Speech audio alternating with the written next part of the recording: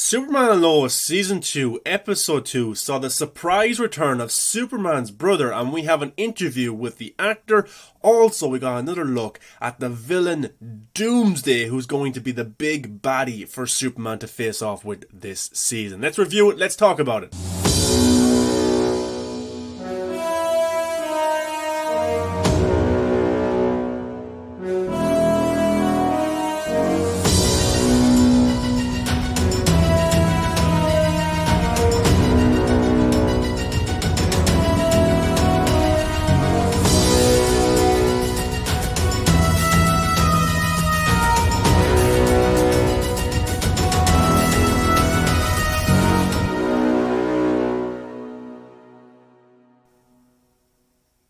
What's going on, guys? Welcome back to the channel. I'm your host, the Viking. Make sure you give a thumbs up and subscribe to the channel for brand new videos every single day. I'm a huge fan of Superman and Lois, I really am, and this season I was very much looking forward to. In episode 1, the review is on the channel if you want to go check it out, the breakdown, the interview with the showrunner, who did reveal that the mysterious figure that we're seeing is in fact Doomsday, and he will be the villain of this season, which is going to be pretty interesting to see how they tackle the visual effects for that character. I did enjoy this episode. I don't think it was as good as last week's one, but there's a lot going on with each and every character. And we have an article from nerdsandbeyond.com that does a recap and breaks down this episode. I'm going to go through it and stop and talk about the stuff that I liked or disliked. And then we also have an interview with the actor that plays Tal-Rho, which I found very interesting. As always, guys, get into the comment section. Tell me what you liked or disliked about this episode. Okay. Clark's visions are intensifying. At family breakfast, he drops to the ground and sees visions of destruction, like something is caving in. Lois wonders if they're visions of a planet crumbling, aka Krypton, as a result of Zod's control. The only way for Clark to know for sure that what's happening to him results from his brother, he has to visit him in a secure DoD bunker. He needs intel on the eradication process.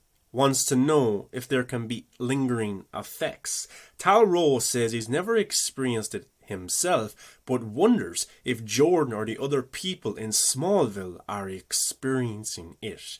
There's one solution, however. He can run tests on Clark, but he has to be taken out of the facility and to his fortress. Clark says no, leaving him to his own devices.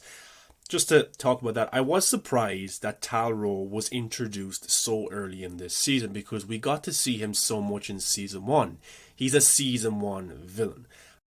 Tal-Rho will probably go on a redemption arc. He'll save Superman or his kids, but I wasn't expecting to see him so early. And the reason he tells Superman that he can help him and he will be no threat is because he has lost his powers because of what Steel, aka John Henry Irons, did to him last season. Clark pops in to tell Jordan he's heading to his brother's fortress, and Jordan asks to come with him and Tal-Rho so he can be there to help his father in case something goes wrong. Tal grabs the orange stone key to reunite them with their mother, or at least the copy of her. She's surprised to see both of her sons alive and together. This consciousness was taken before the destruction of Krypton, so it's not the same one that was in Season 1. She agrees to help, running a scan on him. In the middle of it, he undergoes another vision, except this time the planet is crumbling. Tal-Rho manages to get out of his cuffs on this distraction. With Clark down, Jordan uses his powers to protect his father. I did like this sequence because I thought the actor that plays Tal-Rho, his acting was just great. You know, him reacting to his mother, not understanding why she was never there for him or anything like that. And it shows the difference between Clark and Tal-Rho and the way that they were brought up, you know, because Tal-Rho was sent to Earth, you know, to make another Krypton. Maybe his brother could have helped him, but Clark was brought up in Smallville in a loving environment, and that's why he is Superman. That's why he stands for good. So I thought the acting there was great, and then when Tal-Rho was able to escape, he actually does have his powers, and he's going to take down Superman, but Jordan steps in for his dad, and then his dad comes back, he's able to help him. And I did like Tyler Hoechlin's acting here, where he's like, I should have never trusted you, don't ever put your hands on my son again. And he's just beating the shit out of him. And then Superman's mom just says, stop.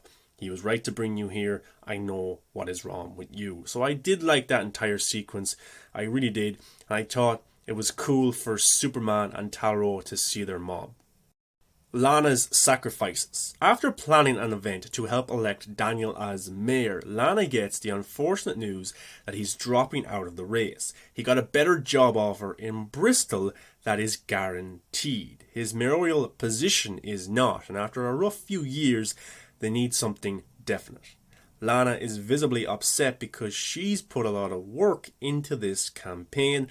Lana recognizes that it's all unfair. Kyle reminds her it's all politics and it's messy. He leaves her to go to work. And then later in the episode he comes back and he has an idea that Lana should run for mayor, but Lana's already ahead of him and she's applied for it. So yeah, she's going to go up against this other guy that wants to be mayor of Smallville. So that should be an interesting kind of side story there as well. Then we got to see Doomsday. Lois and Christie investigate a number of reports of high seismic readings at the mines. The workers insist they're working on it and they'll know more soon.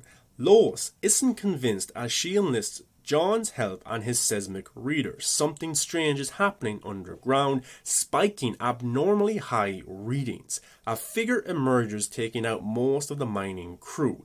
Last minute, one worker detonates the bombs and blows up everyone inside. Back at the Gazette, Lois says they need to track down what is causing the readings. Chrissy demands the truth about the mysterious family member that was in the cult. Lois finally admits it was Lucy, her sister. So, yeah, we got to see Doomsday. Not a full look or anything like that, but that one worker did kind of let the bombs off and it all came crumbling down. But of course, Doomsday is not going to die. And Chrissy is kind of going up against Lois in this episode because of this podcast that's coming out, kind of revealing what Lois did as a journalist. And she did some pretty sketchy stuff. But the reasoning for it was because her sister Lucy was in this cult. And we'll get to see Lucy return later this season. It's going to be the same actress that was in Supergirl. But I don't think that Lois and her sister Lucy ever had scenes together on Supergirl, the TV show. So it's going to be a first time. And Superman and Lois is kind of a different timeline to the other CW shows in a way. It's kind of like a rebooted version. It's a little bit more serious. The budget is a little bit better. So I don't think the Lucy actress will play the character the same way as she did on Supergirl.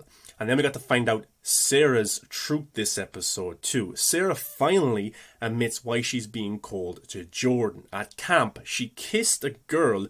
She admits it was nothing more to her, but Jordan is absolutely crushed. He tears up and leaves her on the porch. So that's basically what happened this episode. And the strong points for me were Superman and Tal-Rho, that interaction with their mom. The fight sequence was a little bit cool as well. And we also got something very interesting with Superman where he goes to help people who are being attacked by this villain. And this villain has taken some X-kryptonite, I think, so he's inhaling it, so he has kind of super strength.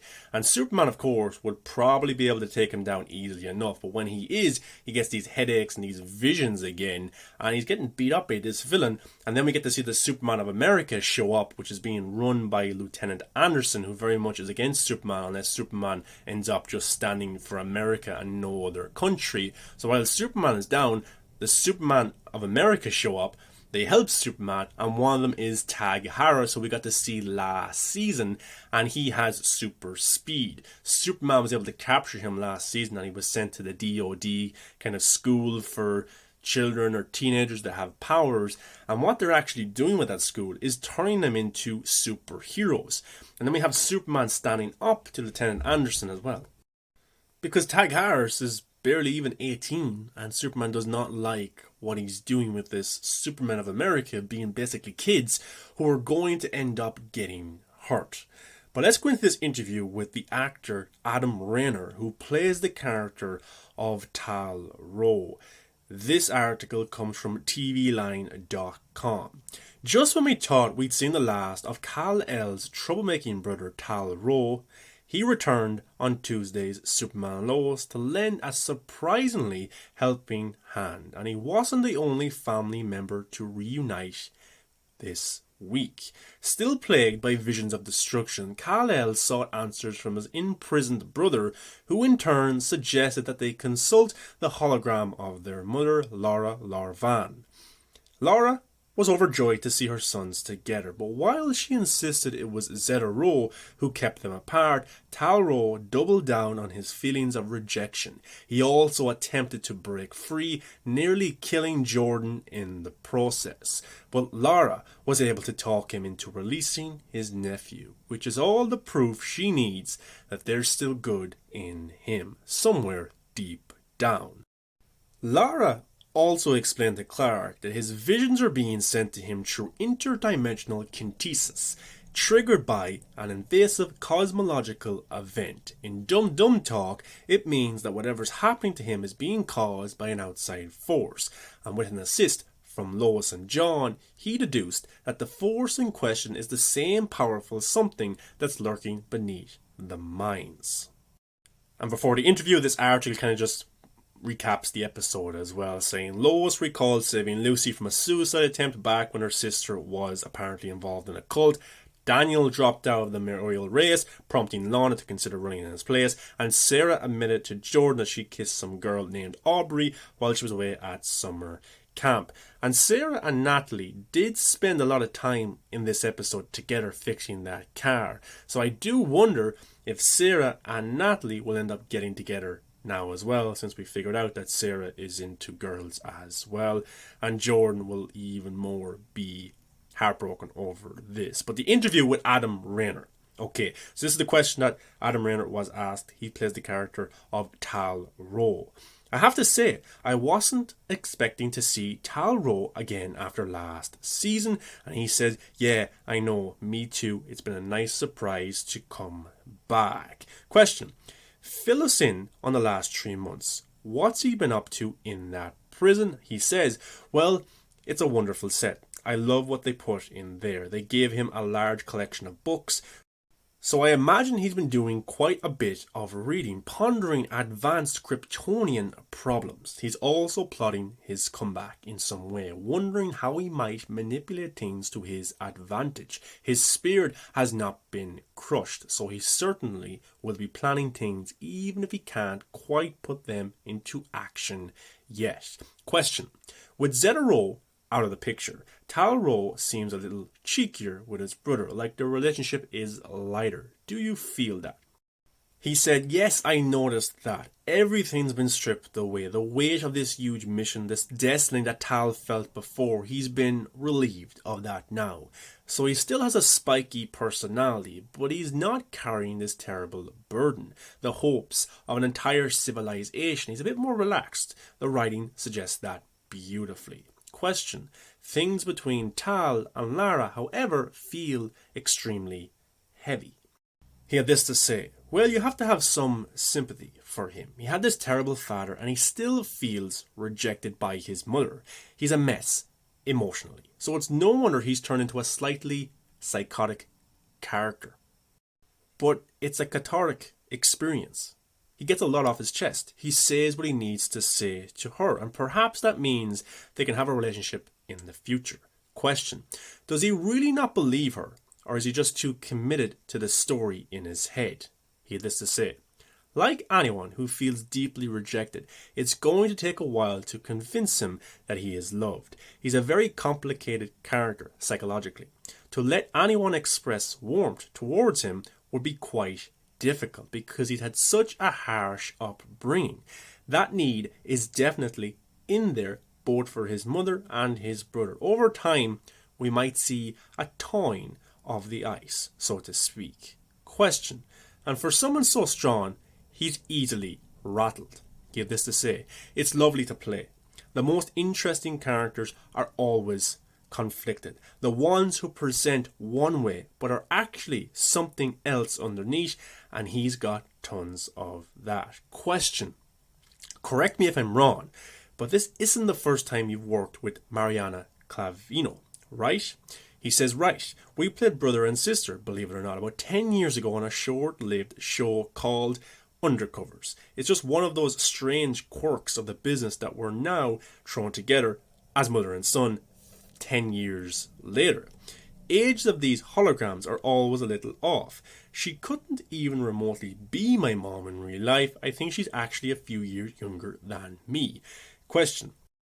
Lara believes there's still good in Tal-Rho. Do you agree? He had this to say. I think there is, but he can be bad or good, depending on what's happening around him and what he's motivated to achieve. I don't think there's a definite answer to that. He has the potential to help his brother, maybe even do noble things, but he always comes back to self-interest. He always has an agenda. Question. He also doesn't necessarily view himself as a villain. And the actor had this to say. Right. He doesn't think he's done anything wrong. He thinks there's possibly a mea culpa coming up about some of his behaviour. But he stands up by his agenda and what he's trying to achieve. He certainly doesn't look in the mirror and see a bad guy.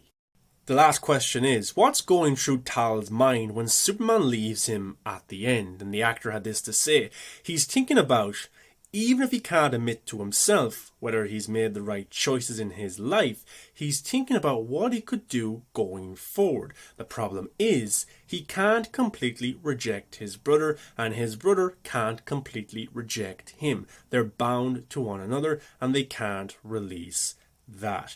That was a very interesting interview there with Rayner, who plays Tal-Rho brilliantly. I really enjoyed that one, and I'm looking forward to seeing him more in this season. But he will definitely go on a redemption arc as the episodes go on, maybe even sacrificing himself by the end of the season for his brother or his nephews. So we'll have to see how that progresses. But this episode I thought was pretty good. I liked what it set up. Lana's got stuff going on running for Maher, Sarah, John, Jordan.